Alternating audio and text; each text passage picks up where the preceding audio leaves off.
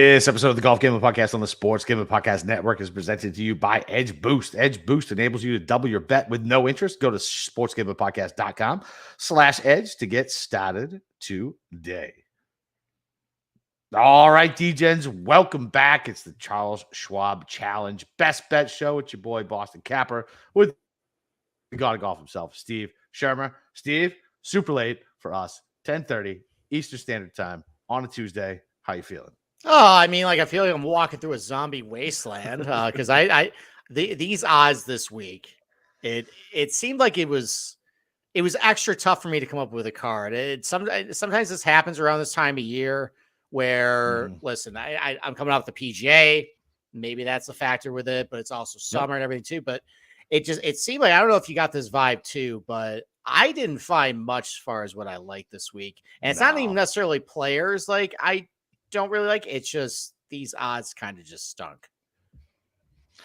Yeah, and so I did BK's show earlier, and I kind of talked about that. He was like, 4-1 doesn't seem fair, and I was like, I don't know if I'm just like the abused wife who just keeps taking it and taking it and taking it, and thinks that they'll love me back eventually. But these odds of Sox to live has gone on, so. I talked about like with the Brooks thing, like not liking the number and like talking you off of it. And I think I just have to let it go. Like it is what it is at this point, and that's it. It is what it is. Yeah. And Mush says, let's go Celtics. Fuck the Celtics. Get eliminated and get off my fucking TV.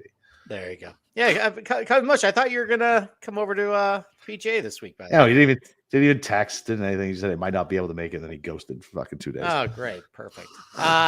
So that's actually, that reminded me because I want to talk to you about the 4-1 on Scotty or plus 4, whatever it was. So wasn't John Rahm like 4-1 at the Mexico Open? Mexico, yeah. So, and this field is a lot tougher than that. So is it just automatic that when we get one of either Scheffler or Rahm in one of these garbage fields, they're just going to put him 4-1? I believe so. That sucks.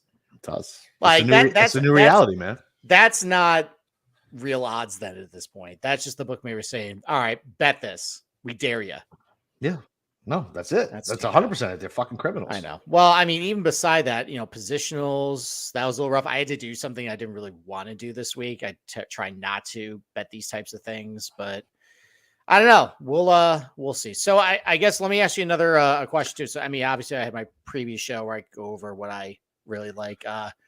So what are you looking for this week? Because it seems like other than off the tee, everything's kind of easy at this place, but it is typically usually a tough tournament. Yeah. And we might have the possibility when, we talk about with Carson Young, it might not play quite as tough as it is in other years. So I guess, what are you looking for this week? So I'm not going with all the old guys have a chance. I'm sticking with the last 2 years that, longer guys off the tee have a distinct advantage here. And I want you to be somewhat decent around the green just because these greens are pretty small. And I want you to have some sort of course history here just because it is pretty sticky. And I think our buddy John Haselbauer, the PGA tout, I think it was his article that I read. If not, sorry for crediting you and not crediting somebody else. Then basically, other than Justin Rose, like no debutante wins here. So yeah, I mean, those are the things that I'm looking at. Texas guys like Kokrak came through for me. You know what I mean? So yeah, I mean, just that type of shit. Like my card's kind of a fucking mess. Like I just took a bunch of bombs and no, and then 2 legitimates. That's it. 2 legitimate. Okay. And a bunch of bombs just because maybe it is the hangover for me too. Like, dude, my back is still fucked. I don't know if it was from the flight or what, but I cannot fix my back. Like my back is fucked. Like I don't know. Like I get shooting pain through my back like the last 2 days. Like I don't know what I gotta do. I gotta fix it though. I praise you for discipline for not using the Sopranos joke. Thanks, that's the second straight night, by the way. I was waiting for it and it never came. Yeah, it never lands. No, it doesn't. It's time to let it go, buddy. It's a great joke. You guys just have no taste. That's all. It was also almost 25 years ago. Oh, dude, what I just see yesterday? Something came out fucking 30 years ago, and I was like, I'm sorry, fucking what? Yeah. I can't remember what movie it was, but I was like, holy shit. Was that 1993? Yeah, we are getting fucking old. We are getting very old. Mush had to be from hitting off that dirt mound. Yeah, it could have been that. Yeah, maybe it was. So, all right. Well, why don't we take our first ad break, and then why don't we get right into who we bet outright? All right, let's do it. All right, so listen, have you guys signed up for Edge Boost yet? If not, you're missing out. Edge Boost is the world's first bet now, pay later Visa card. Similar to buy now and pay later programs that some of you know about, not Elita Steve. But Edge Boost enables you to double your bet with no interest and pay back the advance over 4 equal weekly installments. That's right, 0% interest. Simply deposit funds into your account at Edge Boost, and they will match your deposit so you can use 2 times the funds on any legal sports betting site. Edge is currently offering up to $2,500 in advances, up to $2,500 you can add to your bankroll. My Edge Boost. I do that every time. Ron Burgundy. Go to sportsgamblingpodcast.com/edge to sign up today. That's sportsgamblingpodcast.com/edge. Must be 21 or older to use, only in legal gambling states. Have a gambling problem, call 1-800-GAMBLER. So this is a part in there where I'm supposed to say what my Edge Boost double down play of the day is. But I don't live in a legal state, so I don't have that. So that's why I referenced the Ron Burgundy, because I just read. Yeah, you'll read anything, and I mean anything. So, all right, and by the way, so anybody listening to the podcast right now, unfortunately, if you're watching on YouTube, you're not going to get this right here, but we got some bonus content for you. Cameron, our producer, and I, we got on the mics. We talked to Carson Young, medalist at the U.S. Open qualifier yesterday. Just blitzed the field too. We talked about that. We talked about some other stuff too, some things he's interested off the golf course, his thoughts in Colonia. It's a really good interview. So we're gonna splice this in right now, and here it is. Okay. All right, that's a long enough pause for Cam to be able to edit. I'm so bummed that I wasn't able to do it. I'm sorry you had to jump in and do it, man. I know you were busy. But, that's fine. Yeah. It's seamless transition in. All right, good shit. There you go. All right, so what do you want to do first? You want to do the fucking outrights? Yeah, of course we do. We always put the good stuff at the beginning. Yeah, there you go. Which makes no sense to me. You should hold this stuff to the end. Well, it's listenership drops off, I think, after the first 20 minutes of every podcast. So you always put the good stuff first. I guess. There you go. All right. Do you want to go first? You want me to go first? I'll go first. That's fine. So I got Spieth at 14, just because I feel like I have to play him. I didn't want to bet Scotty at 5. I don't know about Vic after that long weekend of actually being in a major contention. Like, his personality seems like he should be able to roll with it. But I just think that a big weekend like that, when you're in contention in the major, what the next week could be. I know the examples of it. I think I said, I know Mito came back and played well here last year after his, breakdown on 18.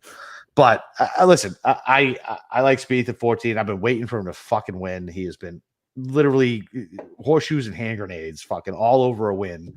And it's Texas, great course history. 14 seems fair in these dark times with the criminal books hanging numbers the way they are. So yeah, I took Spieth at 14. Okay. You know what? Look at you turn over a new leaf, ignoring what other people are taking and going with Spieth. Yep. Fuck it. There you go. Fuck it. All right. Who else you bet? So I got Davis at 60. Cam Davis at 60? Yeah. Wow, that's actually a good number for him. I saw a 35 on him earlier. Well, we were talking last night? Yeah, probably. It must have been last night. All these days. These are late podcasts for us.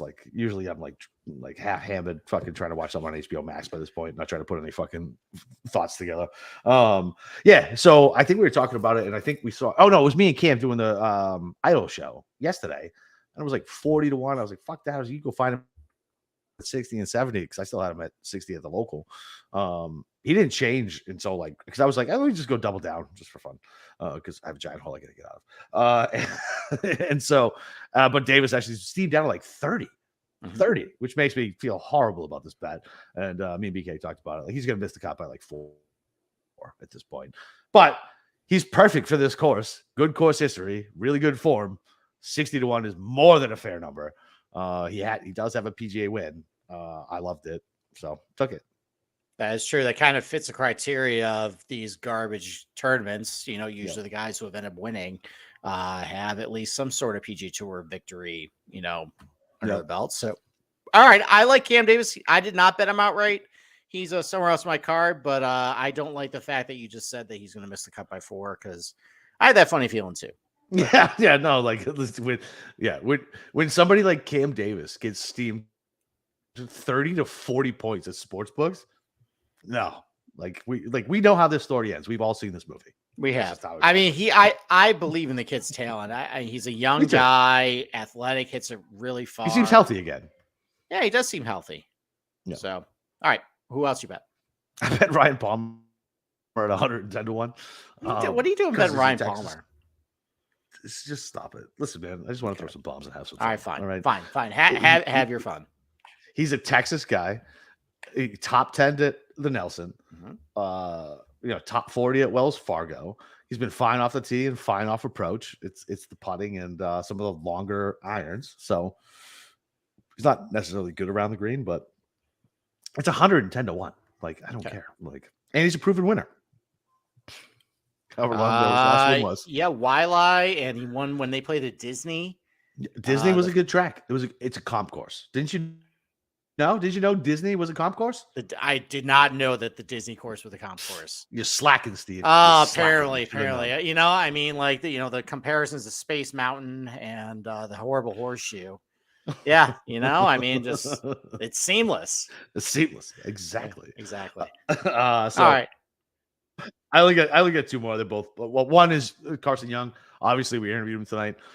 So got to bet him. Plus, he's a fucking top 20 machine with a beautiful mustache. So why not? Okay. And then Eric Cole, man, since that playoff, I have not been able to quit him. I thought he was just a Florida golfer.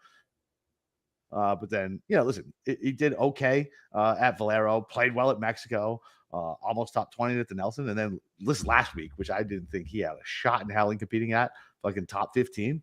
Like, I like Eric Cole's story. Like, he's a better story to me than Michael Block. Like, he's a 30. Ooh, hot take. Hot take. Yeah, hot take. Whatever. I'm on the right side of history with the Block take. Like, everybody was just overreacting, and it was so ridiculous. Like, just enjoy the moment, you fucking pricks. Mm-hmm. Yeah, but I like Cole a lot, and he doesn't fit all the criteria, but at whatever, 110 to 1, like, listen, maybe we can get another feel-good story this week. Okay. Like, who knows? All right. All right, so I did not, and I guess I should preface this as this. I kind of lost my way at, I think, Valero and the Byron Nelson of just starting to take, like, and even the Mexico Open, where you talked me off of another winner there that week. Maybe you should stop listening to me. How's that? Maybe I'm just gonna put you on mute. This is just karma, because last year you talked me off of multiple winners. Now it's just karma coming back. That is very true. I need to remember that I host a golf gambling podcast. I also need to remember that long shots don't win. Correct. And I'm just gonna bet top of the board. I'm gonna bet three guys with some win equity, playing well.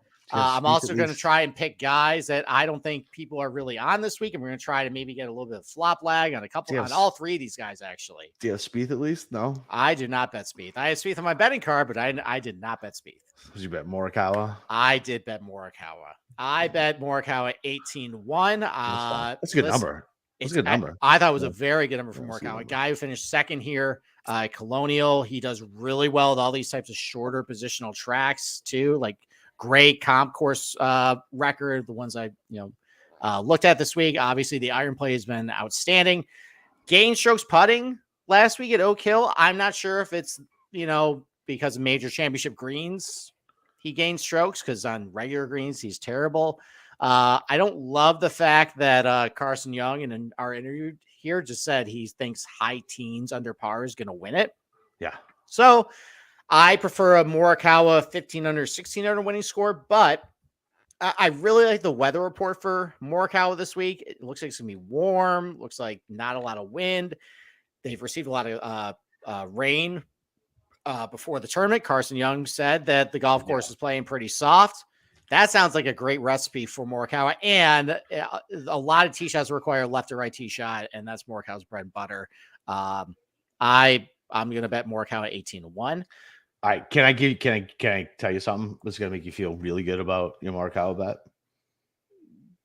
No, I don't want you to say it. No, I'm going to say it anyway. So I was literally just on BK's podcast, and I said I was done betting Morikawa forever because I think he is a fake good golfer. Okay. I think it was COVID. and the easiest conditions at a British Open fucking ever. And I think he sucks. I think Okay. Morikawa sucks. So I just want to put that in ether for you so you could hear it. Well, thank you. And this might be the You're welcome. easiest Colonial ever, too. So there you go. You're going to say it's a fake Colonial win if he ends up doing it. And Mush, one, I'm not drunk, regretfully. I'm trying to get there. And listen, I love the block story. So, yeah, whatever. Okay. All right. How about another guy who was horrific? Well, actually, Morikawa wasn't bad. He finished with like T24. A guy who was actually really horrific last week. But he's been playing really good golf for the last couple of months and I've wasted a ton of money on this guy. So why not waste some more money on him? Sung JM 24 to 1. Gosh. I know you're scoffing. I get it. You literally told me 3 weeks, like a month ago, to electroshock you when you bet him, and now you've bet him twice since you told me to shock you. I can't help it. You have a legit fucking problem. Well, look, I mean, he got off the schneid. He finally won a tournament in Korea. Maybe it doesn't fucking count. Well, maybe that explains the fact that he missed the cut by 3 billion miles at Oak Hill because he was jet lagged. Now he's well rested. He's going to a golf course where he has a top 10 finish there. He's a little up and down, but two again, cuts, like two top 20s for Sunday. Yeah, I know it's up and down. Well, one of them was a T10, so that saying. Okay, T10? just saying. I don't think it was a T10. Well, yeah, it was a T10. Listen, the iron play has been really good off the tee, drives it really well at Colonial, historically good at all the comp courses too, good bentgrass putter. I thought 24 to 1 a number on Sung Jae with a field that, there's, maybe 2 or 3 other guys I think who are better than him actually in this field. So I'll take that number. And then how about 33 to 1 Ricky Fowler? Maybe, you got Justin Rose winning early this year. You got Jason Day winning the Byron Nelson. Again, he missed the cut on the number, but tee to green was actually pretty good. He actually hit his irons really good on Friday, just could not hit a putt. Overall, though, the iron plays look really good. Around the green looks really good bentgrass putter. The putter's been coming alive. If this thing's going to be 15 or 20 under winning score, I feel like he's making a lot of putts. He hasn't been very good at Colonial, but that was mostly because of his little slump he had. Does have a T5 here. He has another, I think, T12 back in the day too. And around those times when he carded those, he was playing pretty good. So the fact he's been playing pretty good overall this year, especially with those iron numbers, I'll take Ricky at 33 to 1. Fine. I don't hate it. Okay. Sanjay's, you need to give it up. All right. Well, who would you rather me bet then? Not Sanjay. Who's around the same number? Okay. Sam Burns. No. Justin Rose. No, he's nice now. Max Homa. No. Tommy Fleetwood. No. Okay. Yeah, fine. Okay. Whatever. I guess fine. Whatever. Fine. They're all losers. Who cares? They're all losers. Who gives a shit? All right. There you go. So, all right. Why don't we take another ad break? You don't have any bombs? None? No. You didn't bet Young? You got to bet Young just for the podcast. Young is on my card. I'm not betting him outright. I'm staying true to my principles. All right, fine. Principles. Okay. Whatever. Yeah, I know. Yeah. All right. Why don't we take another ad break and then we'll start talking about matchups. All right, sounds good. Listen, Shady Rays is teaming up with SGPN for Shady May. Not only do you get an amazing 50% off, but you also have a chance to win $500. Shady Rays has you covered from the suns to the slopes with premium polarized shades, customizable snow goggles, and much more. Shady Rays get durable frames and extremely clear optics for outdoor adventures like golf. So if you lose or break a pair, even on day one, they'll send you a brand new pair, no questions asked. If you don't like them, you can return them for free within 30 days. So there's no risk to shop when you shop for Shady Rays. And listen, they got our international listeners covered as well. They ship to Canada, Australia, New Zealand, and the UK. So go to shadyrays.com, use promo code SGPN for 50% off 2 or more pair of polarized sunglasses. And remember, May is almost over, so make sure you take that receipt to sportsgamblingpodcast.com/shady for your chance to win $500 in the Shady May contest. Okay. All right, matchups. Why don't I go first with matchups that you should probably fade? 1-1-1 last week, though. Wait, what did they do last? What did they do? Oh, what did they do last week? 1-1-1. That's fine. So, just got losing the juice. Yeah, juiced out. So. All right. So I spoke highly of Sam Burns on our DFS show last night. He seems like he's pretty underowned. These are the types of golf courses he tends to just eat up. Wins at Valspar, wins here last year, Austin Country Club, Country Club of Jackson. for a guy who's a bomber, he tends to kind of dominate a lot of these shorter tracks, and he's going against Max Homa, who doesn't have a great course history here, and just seems like just something's kind of up with him. The iron play is really tailed off. The ball striking numbers just don't look very good. So he just doesn't have a very good course history. Some of these other comp courses I looked at. So you can get Sam Burns plus 110 over Max Homa, and I like that. I hate it. Okay. Yeah, and listen, like there's some negative stink on Sam Burns this week, and the fact that I am just a huge mush with there's a guy I picked him. But which one? The guy on PME. Okay. Yes, but the fact, listen, it's the unstoppable force of that guy versus the immovable objects in my crappy matchup. So we'll see what happens. We'll see what happens. See what happens. Okay, what's your first matchup? So I took Cam Davis over Siwoo. Okay.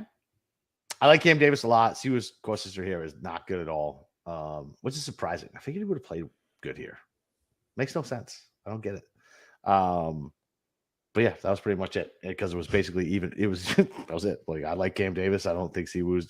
I think he's middling at best. Like that's the best finish he's going to have here. So that was only minus 105. So I like that. Okay. All right. I will go take one of your guys you bet outright. Eric Cole. Let's go. For all the reasons you said, minus 110 over Tom Hoagie, who. Oh, you got Hoagie? I did. That's so good. So here's the thing. Like Hoagie, I think is a better player than Eric Cole and probably should be favored. The problem is Tom Hoagie just stinks sucks. Here. He sucks. Even though he went to TCU 10 minutes away, that's just a distraction. Maybe he's trying to think about the underground, illicit casino games that he's going to be finding in town after he misses the cut. So I'll take Eric Cole minus 110 over Tom Hoagie. Allegedly, by the way. I love it. So I took Cole over Benny Ann. Okay. I would have. I'm actually glad I didn't have that Hoagie one because I probably would have fucking just. Yeah. So yeah. But yeah, Benny Ann. Listen, I like Benny Ann, but I like Cole this week. Yeah. And I think he's going to fit this course well. And I think he's going to have a really good week. And Benny Ann. Listen, I like him, but yeah, I don't think his traits suit this place. So okay. All right, and then my last one, I'll take Ryan Palmer, which is actually a bad sign if I'm taking him in a matchup and you got him heavy on your card. So yeah, thanks, buddy. Look out. But he's minus 110 over Billy Horschel. Billy Ho. The course of Billy Horschel. I got the same fucking bet. Here's the thing. When everybody bet Billy Horschel. Whenever we fade Billy Horschel, he does something dumb and wins or top fives or top tens. And whenever we bet on him, he missed the cut. So here we go. Bet Horschel outright. Bet Horschel. Bet him top 5, top 10. Hammer this matchup. Yep. Otherwise, though, this guy seems like he's forgotten to play golf. How to play golf. You got T9 at the match play. T11 at Zurich. Other than that, though, it's just been absolute dreck. So I'll take Ryan Palmer at essentially a coin flip over Billy Horschel. Yep, I had the same matchup. So that is fucking doomed. Cross off of an doomed. L. Fucking doomed. It is doomed. I took one more. I took Todd over Harmon because of Todd's obviously course history here, what he does, and then Harmon is just a prick. And I don't like him at all. I kind of like Harmon this week. I think you're playing with fire there. I think I am too. Yeah, I think I am too. But he's in terrible form. And I know he has a good course history other than the miscut last year. But he's been in really bad form. So I'm going to take the guy who is in semi-bad form but has a great course history here in the Todd Father over the midget prick, fucking Brian Horman. Okay. All right. I believe Always Fresh and Never Soggy is Cereal. He is Cereal. He is. What's up, Tarek? That's his real name. Shout out Coach Armstrong, our phys ed teacher in 5th grade when we went to elementary school. Do I have to show a doll on where he touched you guys? No, you don't. You didn't go to Catholic school? Didn't go to Catholic school? No, he was public. This one I was in public school. Okay, fair enough. There you go. All right, let's go to the positionals. So do you have any top 10s or you just go straight top 20s? Top 20s only. All right. I only have one top 10. This is where Jordan Spieth's on my card. Top 10 Jordan Spieth plus 160. The guy he just top 10s at this place a lot. Really good at these courses. I agree with you. It seems like he's due for win. He's actually my one and done pick this week. Even though I have Morikawa available, I think I could take Morikawa next week or even LACC I think he's a good fit there. But I won't use Morikawa in one and done this year because he's a loser. Okay.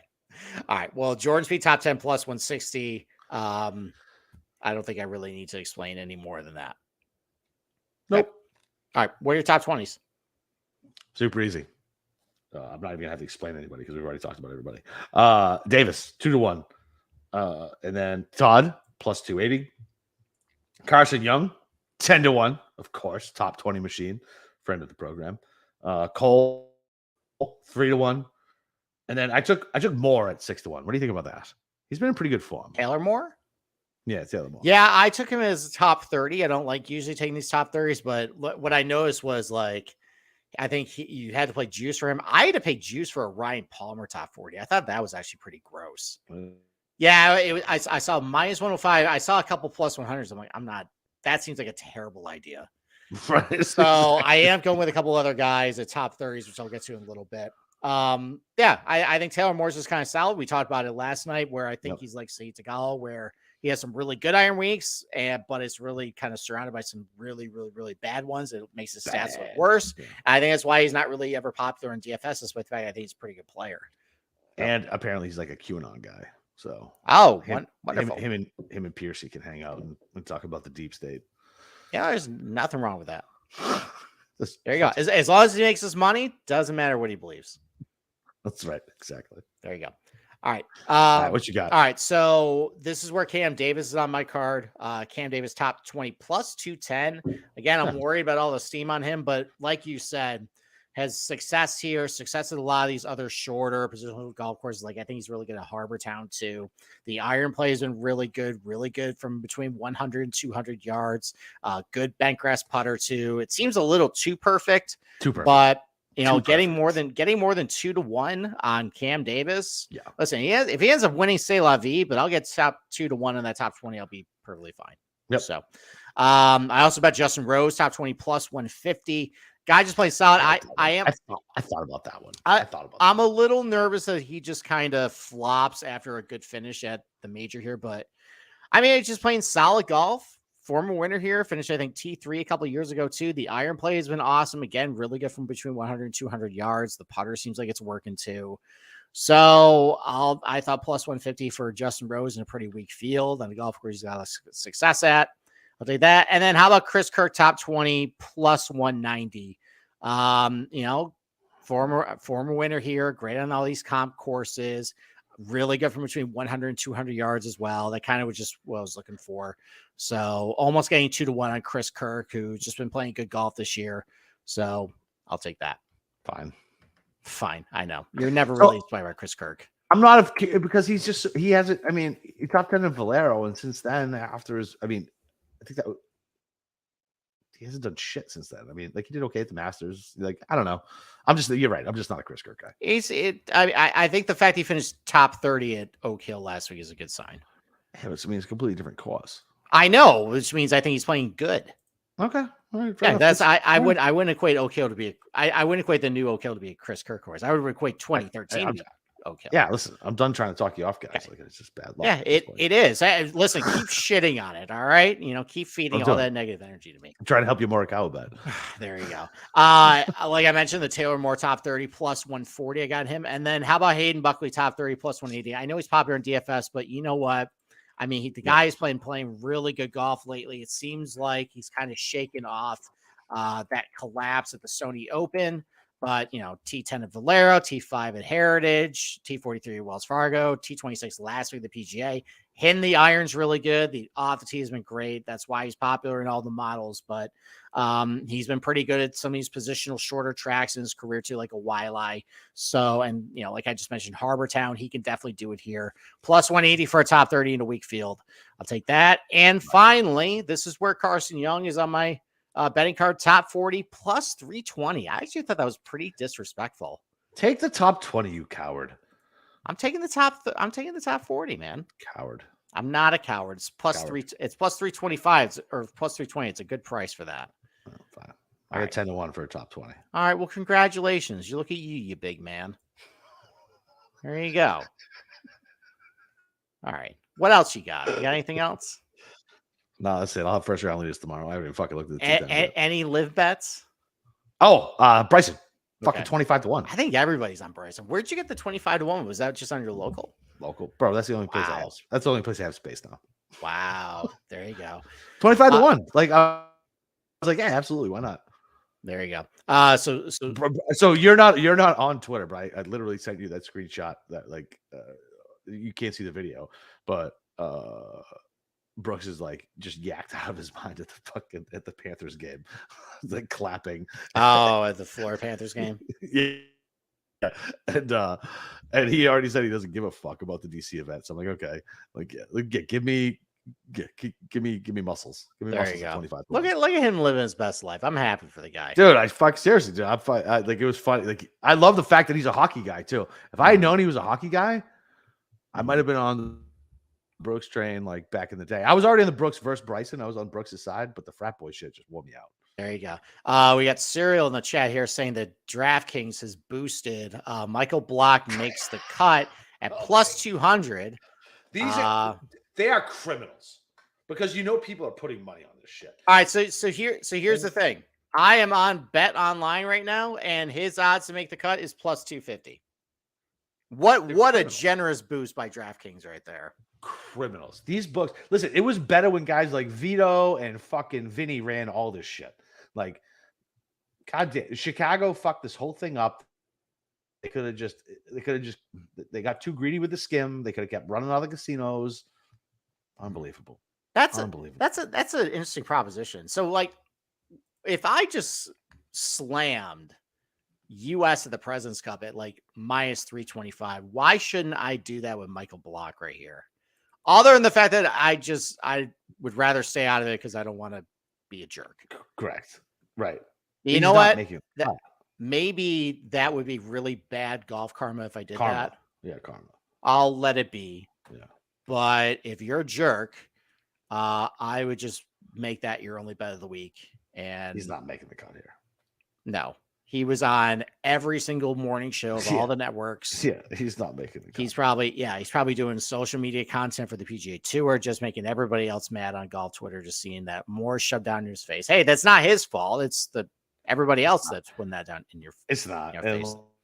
Like, yeah, once again, my stand on Sunday, I'm still with it. Like, people are just so fucking negative. Just enjoy it. And like, I get he looked like he was faking it, but man, what are you supposed to do? He's just trying to figure out how to act with all those people around and cameras in his fucking face. Like, yeah, I said this on Andy's show last night. Okay, pretend you're him and you're just in a major championship and kind of in the mix in the top 20. And you're on the party hole at Oak Hill and you're into the sun, by the way. Can't really see too good on the green. Oh, I didn't think about the sun. Yeah, there was a big shiny glare off it, of course. And then the ball just flies in the hole. Of course, you're probably going to be like, no, that didn't go in, right? Isn't that kind of maybe an out of body experience at that point? So I'll buy the out of body experience thing. But when Rory's like dapping you up and the crowd is going nuts, like after a tee shot, you're not getting a dap and a hug from Rory after just hitting the pin. Unless they've been doing that earlier, and I had been. Yeah, but isn't that just like disbelief? Like, no, but my point is, I don't even care. I don't even care. Okay, like, my point. I think it's very plausible. You probably would be the same. Like, no fucking way that happened. I'm just in disbelief. Can you imagine how big of an asshole I would be if I was in some sort of major contention and I was playing with fucking Rory and I fucking did a hole in one? Oh yeah, I would Harry Higgs it. I would you definitely would. You do the Boo Weekly riding like a horse too. Oh, all yeah. the way, Happy Gilmore, not Boo Weekly. Happy Gilmore. There you go. Riding a horse. All right. I got nothing else. You got anything else? No. What a short show. It's still 35 minutes. It is. The fact we squeezed 35 minutes. Because we know we got an interview to splice in too. Oh, that is true. So we're going to go to it'll be an hour show. So exactly. There you go. No, I listen, thank you for everybody consuming all the content over the last 10 days. I am spent. I am burnt out. Mm-hmm. I am looking forward to maybe a couple of days of not content, but I'll be here right back at it with a Memorial next week. We got to figure out our schedule because it's a holiday weekend.